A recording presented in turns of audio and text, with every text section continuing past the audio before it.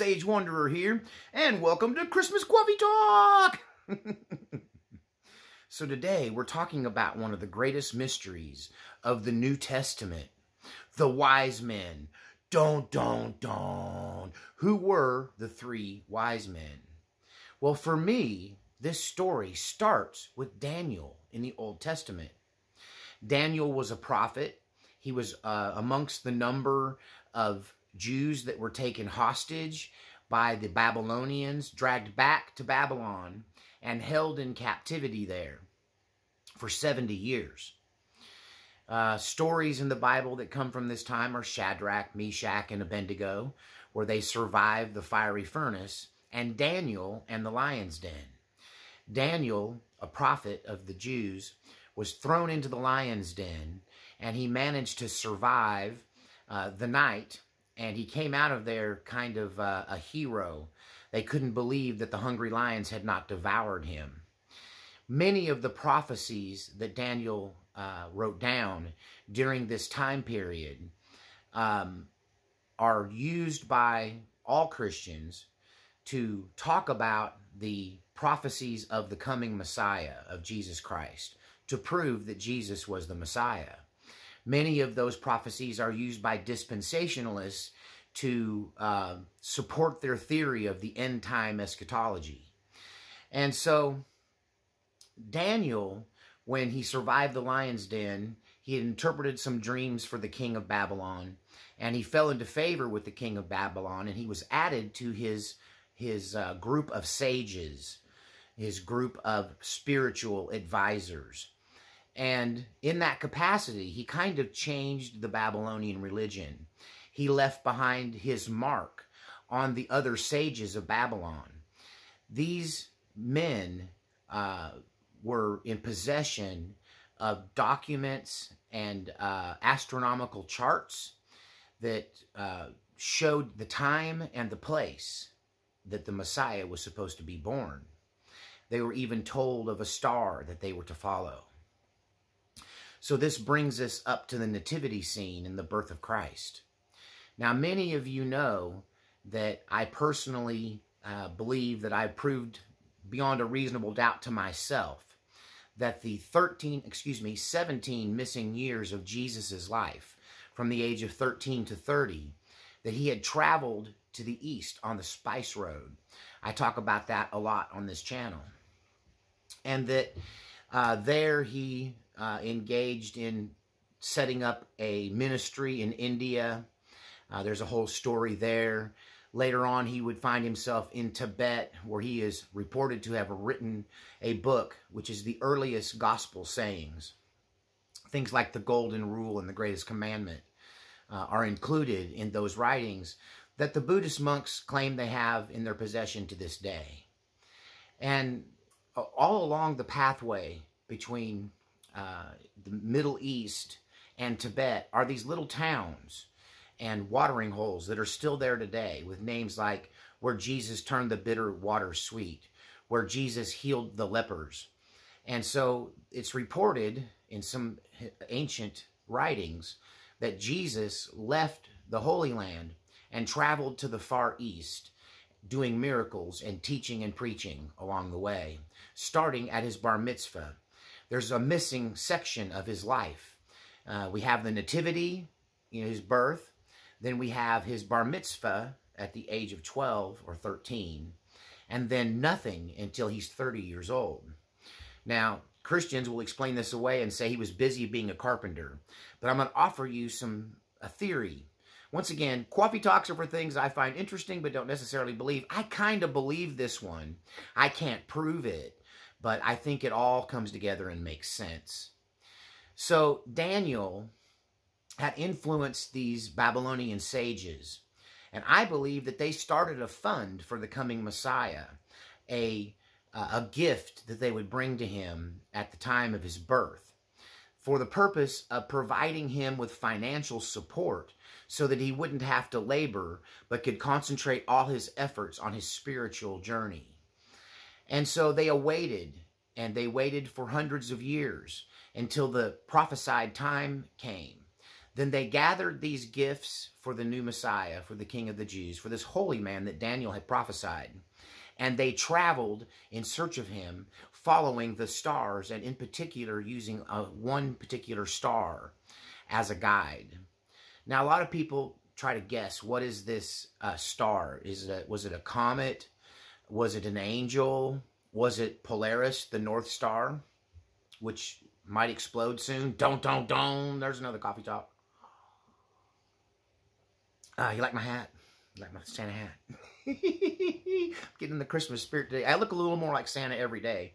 Here, I'll put it down. We can get it. There we go. More traditional Santa hat. So they traveled to intercept Jesus. They called them magi, and I think it's because there's a connection with Jesus and Egypt. And magi are typically from Egypt. A Roman historian, after Jesus' crucifixion at the dawn of the Christian age, the church age, he is reported to kind of explain away Jesus and say, I don't know why these Jews think he's anything more than just a Egyptian magi or magician, that the signs and wonders he performs are no different than the Egyptian magi. So these Egyptian magicians were well known in the region. They were very spiritual. They were akin to the sages, but not sages. And I think that might account for the misrepresentation, because they said that they were magi from the east. Well, Egypt, if everyone knows, is south and slightly west of Israel. So I believe these were Babylonian sages who had been carrying this information since the time of Daniel. They follow the star and they come to Jerusalem first. In Jerusalem, they go to King Herod, and they talk about their mission, that they're there to find this King of the Jews. They're there to bring gifts to him and anoint him and declare their spiritual dedication to him. And this sends Herod into a panic. He and all his court are terrified by the idea that the Messiah might be arising in their lifetime, robbing them of their power and authority. And many believe that it was this wake-up call that caused Herod to engage in what they call the slaughter of the innocents, where they reportedly rounded up every male baby and killed them. And Jesus narrowly escaped.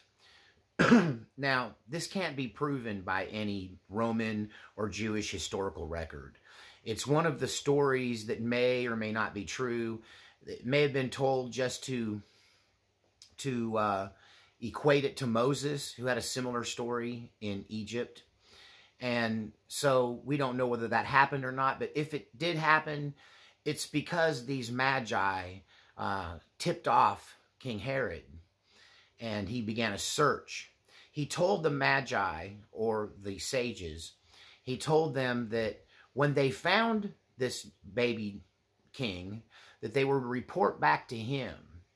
But so they left looking for him, and they moved towards Bethlehem, following the star once again. And it said that one of the sages had a prophetic dream that King Herod was going to do something to the baby, and therefore, instead of going back and potentially being beaten or tortured or killed, they just left back for home straight from Bethlehem. So we talk about the three gifts that they gave: gold, frankincense, and myrrh. And a lot of people don't know what frankincense and myrrh is. Both were used in religious ceremonies. Both were very rare, and frankincense in particular was more valuable pound for pound than gold. So they brought them an assortment of riches. My theory is they came prepared to provide the young prophet, the young prophesied one, the young Messiah, with all that he needed to live out his life and ministry without ever having to work again. One of the mythical interpretations is that they were kings, and I think it's because they had such great riches. And they may very well have been representing the king of their region. But I think the reason they referred to them as kings is because they had these royal level of riches. Frankincense is a better way to travel with your money than gold. Gold is heavy. It's easily turned into things and easily traded, and therefore bandits would be an issue. Weight of carrying enough gold to provide somebody with a lifetime of income, of a basic income, would be burdensome and hard to carry. But frankincense and myrrh were more valuable pound for pound and ounce for ounce than gold, and lighter too. So they were able to carry a lot of it, and they would have been able to carry as much gold. So they brought him frankincense, gold, and myrrh, and this was a gift to help him and his family live. I don't believe Joseph was ever doing any work past the point of Jesus' birth. He might have been a carpenter or a mason up until then, a stonemason, but I believe that everything they needed to live on was provided in that gift from the sages. Dun, dun, dun. Now, how does this tie into the missing years of Jesus? Well, they tipped Jesus' parents, Mary and Joseph, off to the threat of Herod and the vibe and the dream that they had. And so Jesus and his family escaped into Egypt. In Egypt, I believe that they were also connected to the sages of the East, because the Magi in Egypt and the sages in the East interacted. They shared information, and there was a network already in place. So it could be that the Magi already had a connection for them, a safe house for them in Egypt. And this is where Jesus spent his childhood. So when he reached adulthood, and it was time for him to step into his role and become the leader he would someday be, he made the decision to connect with and get all the information available and follow the pathway of the Spice Road, which was a well-known, well-worn highway that went from the Far East all the way to Europe. Israel and Egypt would have been on that route. So at the age of 13, I believe Jesus followed this spice route in search of the Magi, in search of the sages of the Far East, who had already given him this great gift. This is how Jesus was able to travel. This is why I believe he was never a carpenter. I believe that Jesus had everything at his disposal at his birth to live out his life without toil and without distraction. And so he returns at the age of 30. He does his ministry, which we all are very familiar with. And it takes us to another scene right before his crucifixion. He'd already scourged the temple. He already knew he'd signed his death warrant by telling the Jews they should tear this temple down, and by turning over the money changers' tables and starting a row there, right, that he'd signed his own death warrant. And he's with, presumably, Mary Magdalene, the Bible just says, with a woman. And she starts to anoint him with this perfumed oil. And the disciples get bent out of shape. They're like, hey, that stuff's expensive. We could use that to feed the hungry. And then Jesus says something that's somewhat uncharacteristic for him. He says, look, the poor will always be with you, but I will only be here for a short time. Besides, don't you know that this woman is doing this for me in preparation for my funeral? So he already knew that in 3 days from that date, he would be crucified. So he was preparing his body with myrrh. Myrrh, its main use is in the preparation of bodies for burial. They mix it with olive oil and they rub it into the bodies to help cover up the smell of death and to help preserve the body to some degree. I believe, and I put forth this theory,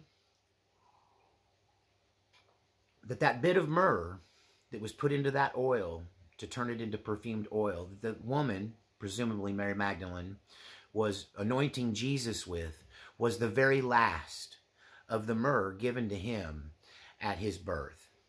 That he had carried this treasure along with him, and by the time of his crucifixion, it was all gone, used, or given away. And the last bit he used to anoint his body. He was prophesied hundreds of years before his birth. The sages of the Far East came and acknowledged him, and the gift they gave him supported him throughout his life, and he used the last little bit to prepare his body for his crucifixion. Tell me what you think in the comments section. Hey, it's a theory, and I've threaded it together pretty good, I think. And I think it makes more sense than a lot of the mythology about who those people were. There's no proof that they were kings. Wise men, potentially. Wise man, remember, is just another word for sage. Sage and wise man are interchangeable. Tell me what you think in the comments section. Once again, thank all of you who blessed me for Christmas this year. Because of you, I was able to not have to worry too much about the bills for this month. But then January's right around the corner. So if you'd like to make a contribution, if you got something from this, if you learned something, if you just had a good time, if you're part of the Sheep Pen, please continue your support by clicking on the PayPal link in the description. The Cash App link is there as well, along with my email address and my P.O. box where you can send me stuff. Thanks to all of you who sent me gifts, cards, and letters, both through the P.O. box and electronically this year. You've made my Christmas. It's another year that God has supported this channel. And remember, this channel is supported by people like you, the viewers. I get no money from YouTube. I don't want their money. God takes care of me, and he uses his people to do it here in the Sheep Pen. So we'll see you next time on Quavi Talk.